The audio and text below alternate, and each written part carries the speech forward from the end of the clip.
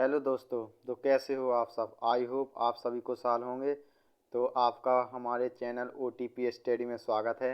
तो आइए आज की इस वीडियो में हम देखें कि पद किसे कहते हैं और पद कितने प्रकार के होते हैं। तो आज की इस वीडियो में हम पदों से संबंधित फुल इन्फॉर्मेशन आपको देंगे। तो आइए देखते हैं। देखिए, हम सबसे पहले पद को देख लीजिए कौन कौन से स्टेप में चर्चा करेंगे। पहले हम करेंगे पद किसे कहते हैं, फिर उसके प्रकार देखेंगे और फिर पदों के उदाहरण देखेंगे। तो आइए सबसे पहले देखिए कि पद किसे कहते हैं।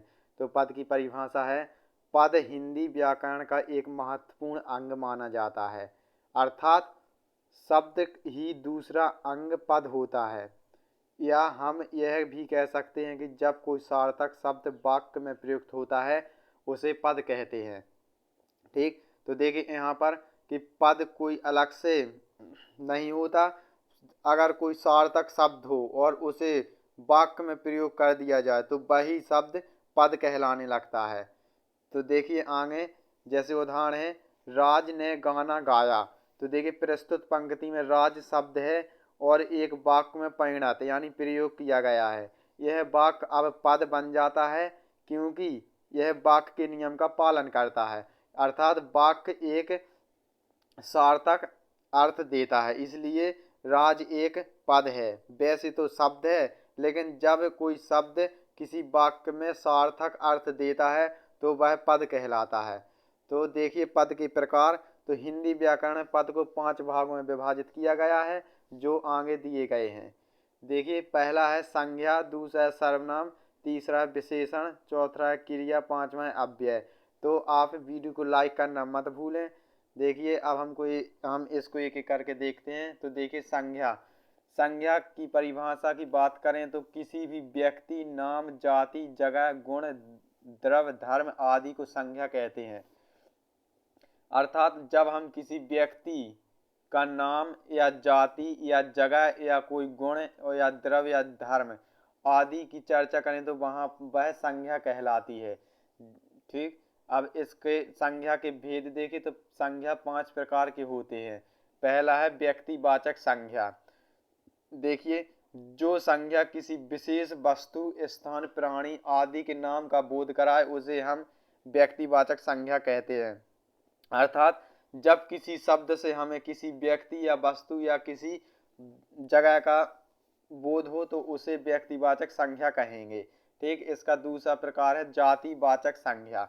तो इसकी परिभाषा देखिए, किसी शब्द से किसी प्राणी, वस्तु की समस्त जाति का बोध हो तो उन शब्दों को जातिवाचक संज्ञा कहा जाता है। जैसे कि राम, मोहन, सोहन ये सभी मनुष्य हैं। और जब हम इसको एक शब्द में परिभाषित कर देंगे, जैसे लड़का, तो लड़का में ये सभी आ जाते हैं, जैसे राम, मोहन, सोहन। अर्थात शब्द लड़का एक जातिवाचक संज्ञा है। ठीक, अगला है इसका भाववाचक संज्ञा। तो देखिए, जो संज्ञा शब्द में किसी गुण, दोष, भाव या पदार्थ की अवस्था आदि चीजों का बोध कराए भाववाचक संज्ञा कहलाती है। ठीक, कहने का तात्पर्य कि अगर कोई भी शब्द किसी भाव से संबंधित यानी भाव का बोध कराए तो वहां पर भाववाचक संज्ञा कहलाती है। ठीक, जैसे इसका अगला है समुदायवाचक संज्ञा। तो इसकी परिभाषा देखिए, जब किसी संज्ञा के शब्द से व्यक्तियों, वस्तुओं आदि की समूह का बोध होता हो तो उसे समुदायवाचक संज्ञा कहा जाता है।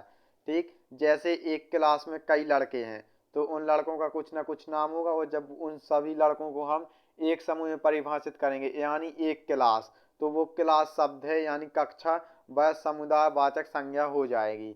आई होप आप अच्छे समझ चुके होंगे। इसका अगला प्रकार है द्रव्यवाचक संज्ञा।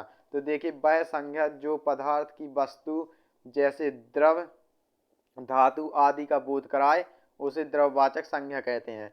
अर्थात कहने का तात्पर्य है कि अगर कोई शब्द किसी द्रव का यानी पदार्थ का बोध कराए तो वहां पर द्रव्यवाचक संज्ञा होती है।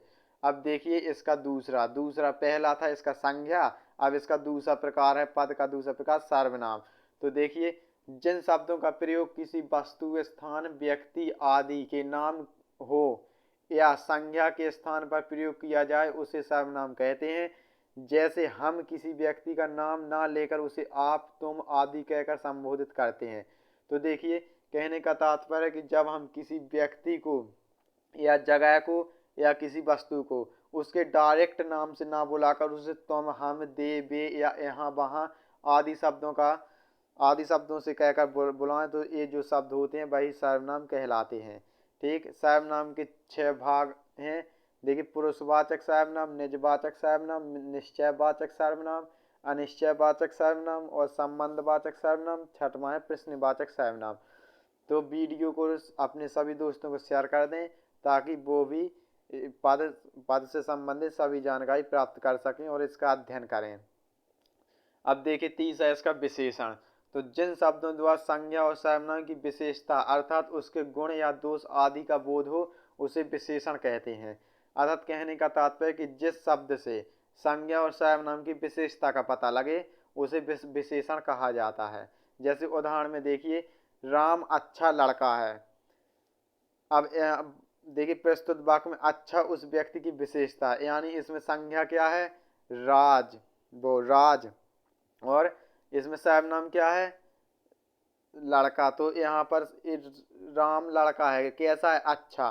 तो यहाँ पर कौन सा शब्द है जो संज्ञा और सर्वनाम की विशेषता बताता है, यानी अच्छा। तो इस वाक्य में अच्छा क्या है, विशेषण है। अब देखिए चौथा इसका क्रिया। तो शब्दों के माध्यम से किसी कार्य को करना या उसका बोध कराना ही क्रिया कहलाता है। तो देखिए जब हम कोई कार्य करते हैं और उसे शब्दों में व्यक्त कर देते हैं तो वह जो जिन शब्दों में व्यक्त करते हैं उन शब्दों को क्रिया कहते हैं। जैसे राधा नाच रही है, तो नाचना वैसे तो एक क्रिया हो, जब हम इसे शब्द में लिख देते हैं तो वहां पर क्रिया कहलाती है। ठीक, जैसे उदाहरण देखिए राधिका गाना गा रही है, इस वाक्य में गा रही है एक क्रिया है। तो वीडियो अच्छी लग रही हो, आपको समझ में आया तो हमारे चैनल OTP को स्टडी को सब्सक्राइब कर लें ताकि इसी प्रकार से आने वाली वीडियो आप देख सकें। अब देखिए कि क्रिया 2 प्रकार की होती है जो निम्न है। कौन कौन सी, अकर्मक क्रिया और सकर्मक क्रिया। अब देखिए हमको इसे अच्छे से देखते हैं। अकर्मक क्रिया क्या है। अकर्मक क्रिया वे क्रिया होती हैं जिनमें क्रिया का फल कर्ता में पड़ता है, उसे अकर्मक क्रिया कहते हैं। अर्थात कहने का तात्पर्य कि वह क्रिया जिसका प्रभाव सीधे कर्ता पर पड़े उसे अकर्मक क्रिया कहते हैं। अब देखिए सकर्मक क्रिया। सकर्मक क्रिया वो क्रिया होती है जिन वाक्यों में क्रिया के साथ साथ कर्म का होना भी बहुत जरूरी होता है उसे सकर्मक क्रिया कहते हैं। अर्थात कहने का तात्पर्य कि सकर्मक क्रिया वह क्रिया है जो जब यशु कर्ता के साथ साथ कर्म पर भी प्रभाव डाले तो वहां पर सकर्मक क्रिया होती है। ठीक, अब देखिए अव्यय। तो अव्यय की परिभाषा के अनुसार शब्दों के रूप में लिंग, वचन, कारक आदि के कारण उसमें कोई विचार यानी विकार उत्पन्न नहीं होता, उसे अव्यय कहते हैं। जैसे आना जाना, इधर उधर, धीरे धीरे, ये सभी अव्यय हैं। तो वीडियो अच्छी लगी तो वीडियो को लाइक करें और हमारे चैनल OTP स्टडी को सब्सक्राइब कर लें और बेल आइकन को ऑन कर लें ताकि आने वाली अगली वीडियो आपसे मिस ना हो और आप हिंदी ग्रामर का अच्छे से अध्ययन कर सकें। तो मिलते हैं अगले वीडियो में, जब तक के लिए जय हिंद।